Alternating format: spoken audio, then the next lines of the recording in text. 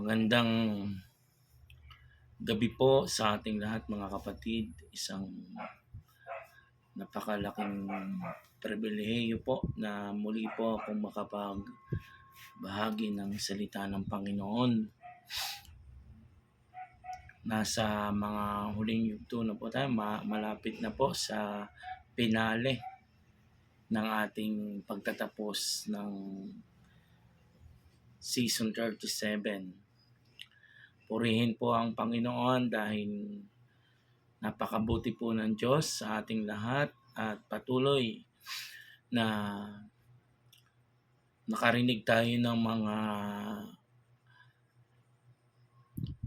unforgettable answered prayer, yung ating mga di makalimutan na mga panalangin na sinagot ng Diyos.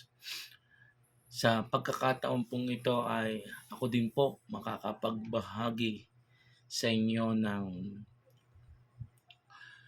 panalangin na sinagot ng Panginoon na hindi ko po makakalimutan. Talagang ito po yung aking experience sa Panginoon na talagang mabuti po ang ating Diyos.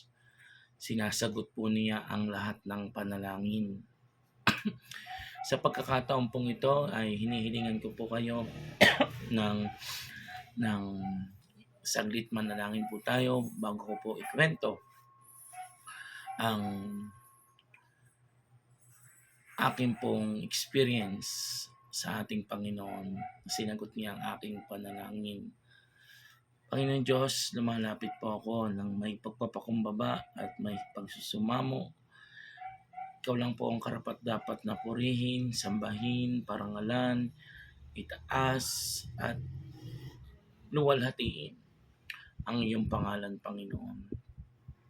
Sa oras na ito, ako po'y nagpapasalamat sa iyong kabutihan, sa iyong kabanalan at kadakilaan. Samahan niyo po ako sa aking pagbabahagi ng iyong salita at ikaw lang po, O Diyos, ang malantad, Panginoon. Salamat po sa ngalan ng Panginoong Hesus. Amen. Amen. Ang aking pong, may babasahin muna po akong verse para po tayo makapagsimula na matatagpuan po natin sa aklat po ng Marcos 11 verse 24. Ang sabi po dito sa Marcos 11 verse 24, kaya't sinasabi ko sa inyo, anuman ang hingin ninyo sa inyong panalangin, maniwala kayong natanggap na ninyo yon at matatanggap nga ninyo yon. Amen. Kapag kayo ay tumayo upang manalangin, patawarin mo na ang inyong nagkasala sa inyo upang ang inyong mga kasalanan ay patawarin din ng iyong amang nasa langit. Amen. Doon sa 24, ito po ang ating talagang sabi niya ay, anuman ang hingin ninyo sa inyong panalangin, maniwala kayong natanggap na ninyo yon at matatanggap nga ninyo yon. Amen. Noong 2017, nag-start akong mag-pray sa Lord. 2017, 2018, ganun. Wala pa ako sa Panginoon yata noon na pray na rin ako sa Lord na makapagpagawa ko ng bahay. Kasi every time na mayroong talagang malakas na bagyo ay talagang itinataas ko na aking kamay sa Panginoon na Lord, inyo po akong pagkaluban ng makapagpagawa ng bahay. Noong time na nag-start po ako mag-pray sa Lord, naranasan ko po na humingi talaga ng na makapagpagawa ng bahay. Ito po yung isa sa unforgettable answer prayer ng Diyos sa amin buhay. Na dumaan po yung mga malalakas ang bagyo, mayroon pong may Yolanda, may Undoy, marami po na bagyo ang dumaan. At patuloy ako na itinataas ko ang aking kamay. Kapag may bagyuhan, nandun ako sa gitna ng aming bahay na akala mo papayidin na ng bagyo ang mga bubong namin. Taon ng binilang, talagang bawat bagyo, naalala ko noon, talagang nasa gitna ako ng bahay namin, nandun sa salas. Kasi yung kadugtong ng aming bahay talagang gibana. Kasi kawayan, kahoy. Talagang itinataas ko ang aking kamay sa Panginoon na, Lord, hindi ko alam kung kailan kami makakapagpagawa ng bahay. Nawa po'y kapitan pa ninyo itong bahay namin at ingatan niyo po kami. Bantayan niyo po kami habang lumalakas po ang bagyong ito. Pag talagang time noon na lumalakas yung hangin, lalo na lang po nung nag-Yolanda at nag-Undoy, talagang grabe po.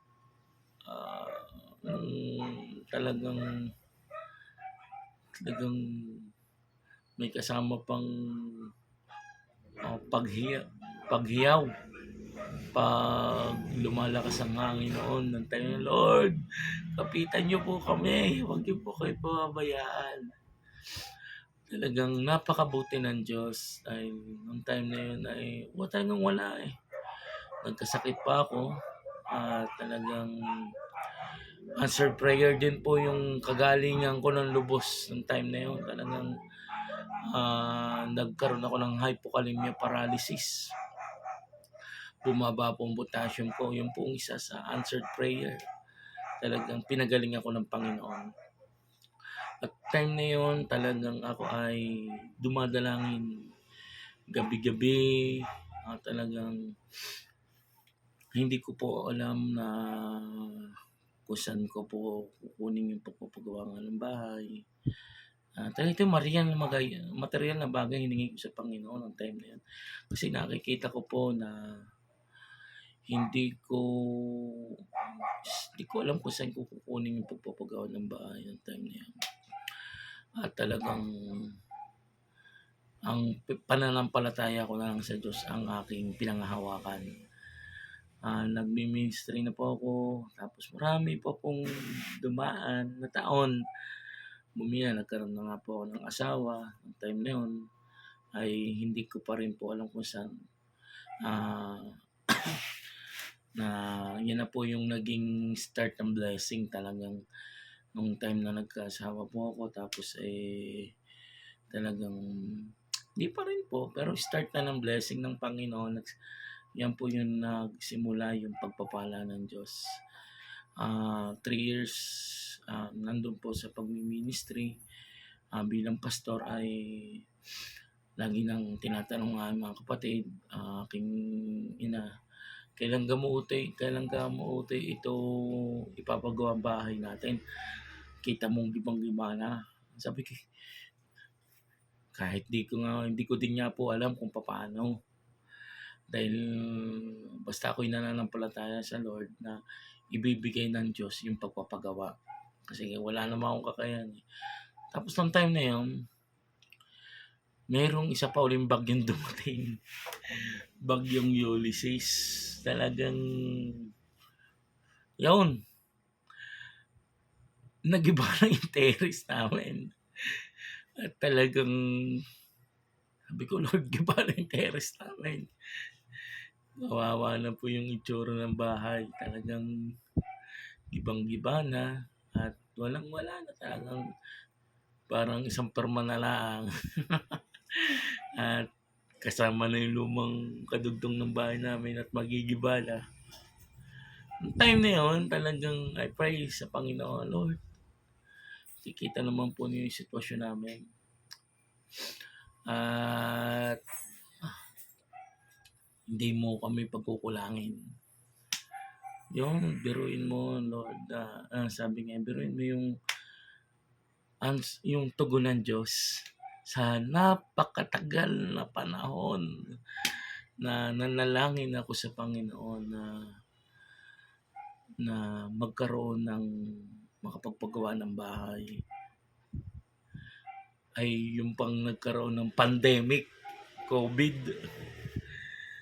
at nagkaroon nga lang malakas na bagyong Ulysses, nagiba yung terrace, pati yung kabahayan, di na kinaya, maraming naputol na puno, muntik naputo yung terrace na yun, kaya nagiba ay gawa ng naputol yung sanga ng puno ng mangga doon sa tabi namin, yung nagiba.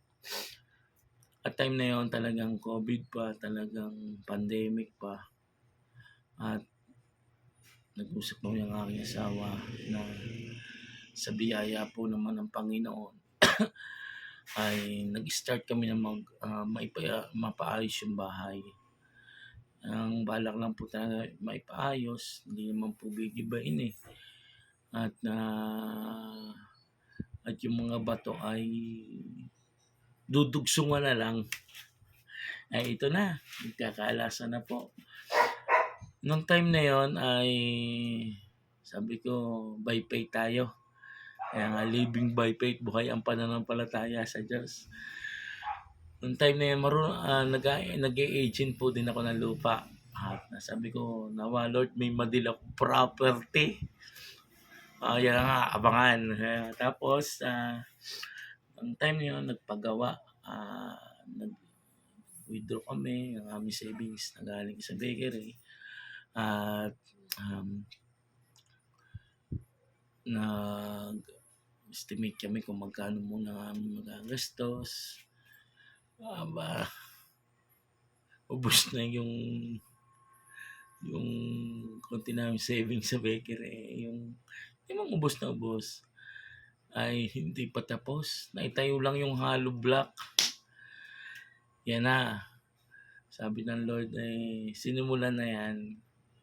Ibibigay ko na sa inyo ang biyaya ko. Noong time na yun, may nadila akong property na talagang di ko akalain. Isang client namin. Tapos na-deal ko another budget sa bahay. Pero natigil pa pala yun. Natigil pa yata po ng ilang buwan.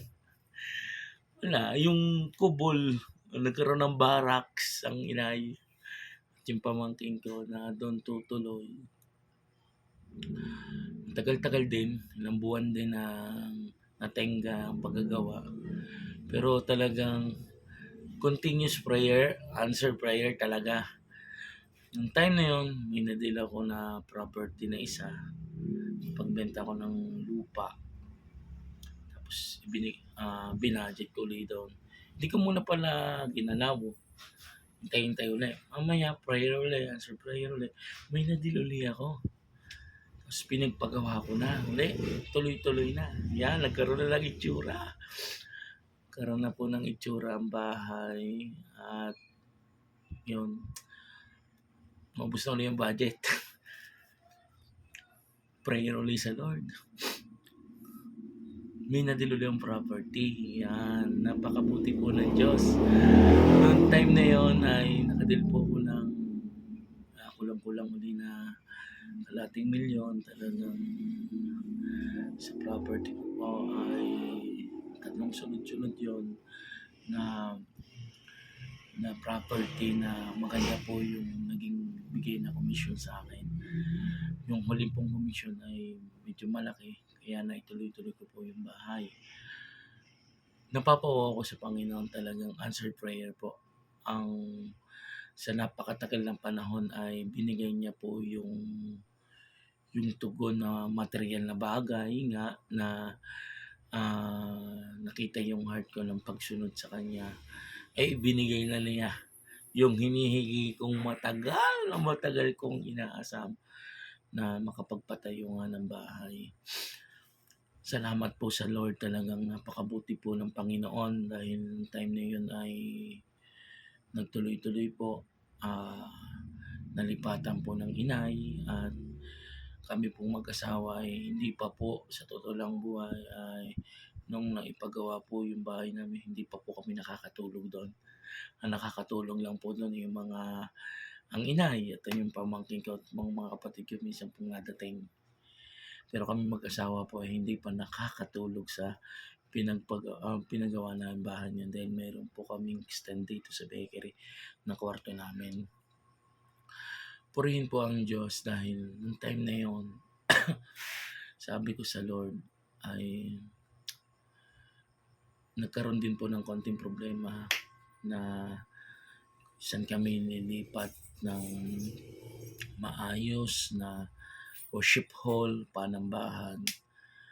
At habang kami ay nag-uusap kami mag-asawa, naisip namin na hindi naman namin natitirahan at ang inailaang ay ito po ay gamitin sa maging bahay-sambahan. Purihin ang Panginoon at talagang lubos akong nagpapasalamat kasi pagmat hindi pa kami nakakatira doon ng aking asawa. Itinugo naman yung prayer ko na, yung answered prayer ko na magkaroon ng bahay kami ng aking at nagkaroon ng bahay-sambahan. Talagang maluwag din po ang naging salas doon hanggang kusina. Sa biyaya po ng Diyos I think kakasya po yung mga 40 na katao doon sa lugar na yun. Sasamba sa Panginoon tuwing linggo. At yun po ang ginawa namin worship hall, yung pinagawa po namin mag-asawa na bahay. Kaya purihin po ang Lord, talagang grabe. Talagang on time talaga si Lord. Talagang grabe ang Panginoon ng time na yun. Talagang hanggang ngayon, talagang nagamit po ito para maging bahay-sambahan. Hanggang ngayon, doon po kami nagkakaroon ng worship service tuwing araw na linggo sa lahat ng gawain po ng church. Doon kami nagkakaroon.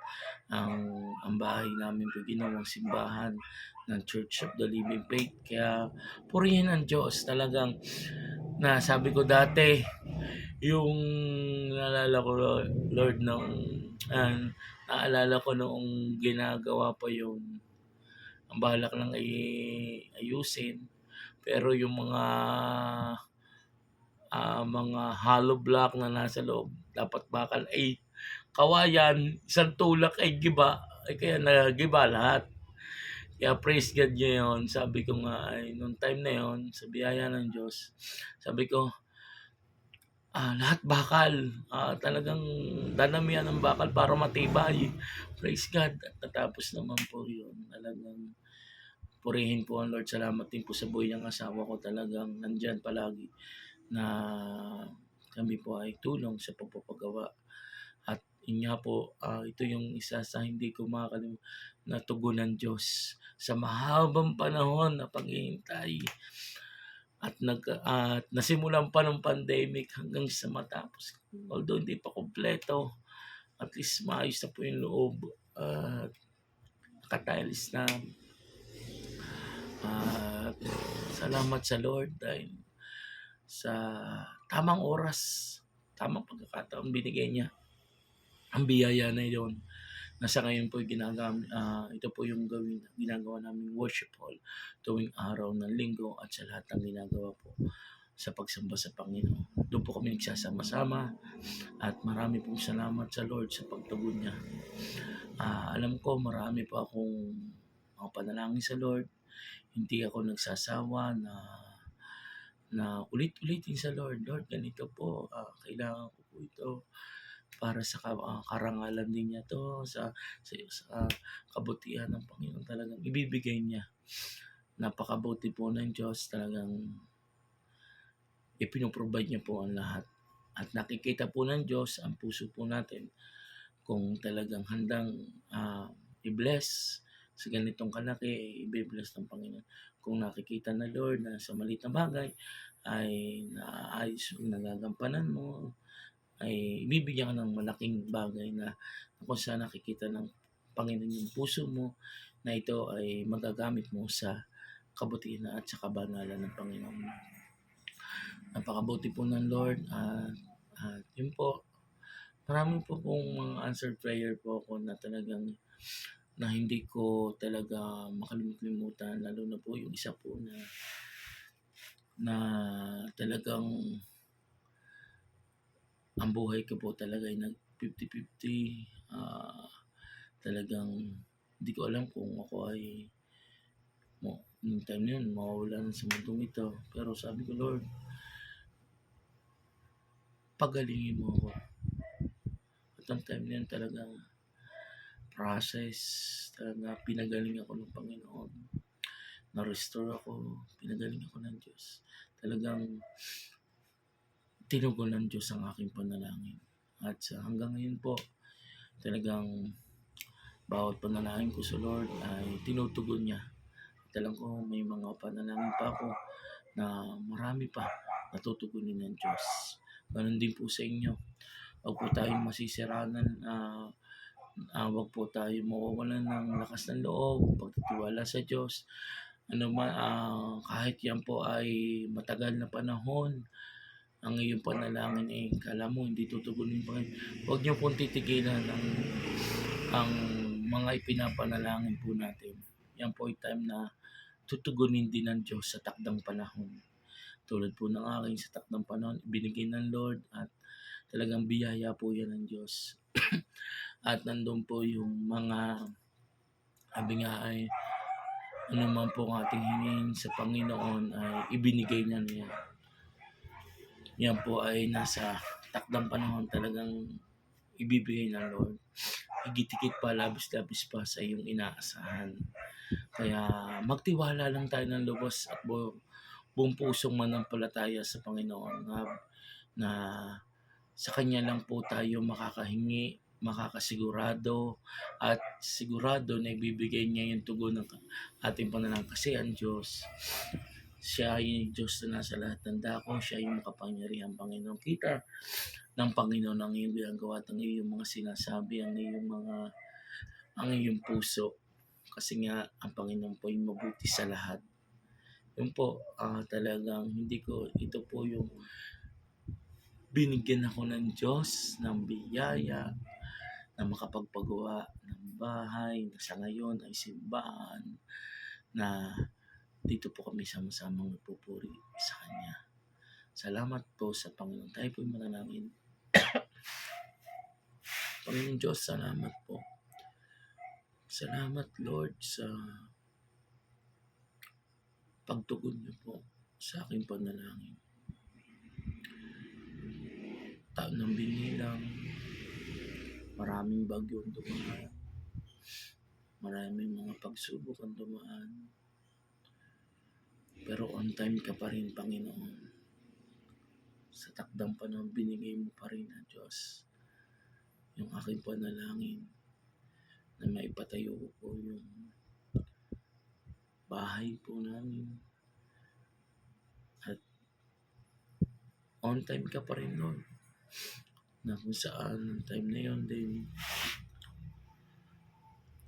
ay kami po ay naghahanap ng malilipatan ng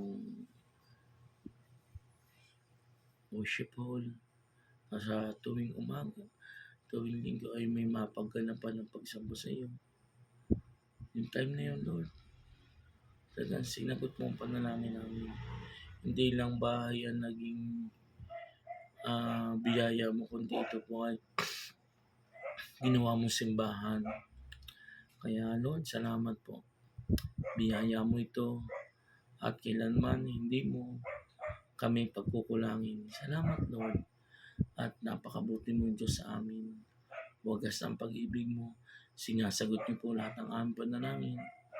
Ingatan niyo po kami palagi. Sa iyo lang po kami titiwala. Ng lubos Panginoon. Maraming po salamat sa iyong kabutihan, iyong kabanalan, kadakilaan. Salamat po. bless niyo po ang lahat mga kapastoran, bless niyo po ang lahat ng kapatiran, bless niyo po sila Panginoon, saan man po sila naroon. Bless niyo po ang bansang Pilipinas, bless niyo po amin po nawa ay bigyan niyo po ng sagalang karuan, nawa o Diyos ay makarinig siya ng salita mo Panginoon. Magkaroon ng kapayapaan ng bansang Pilipinas sa China. Ano man po nangyayari sa ganun sa Israel, Panginoon. Marami pong nababalita, Panginoon, nawa o Diyos ay magkaroon ng pag-ibig at kapayapaan. Marami pong salamat, Panginoon. Ingatan niyo po kami sa bawat araw. Gawain niyo po kami. Bantayan niyo po kami. Huwag niyo po kami pababayaan, Panginoon. Maraming salamat, Panginoon. Sa ngalan ng Panginoong Yesus, ito ang aking panalangin. In Jesus' name, amen and amen. Thank you, Lord. I love you, Lord.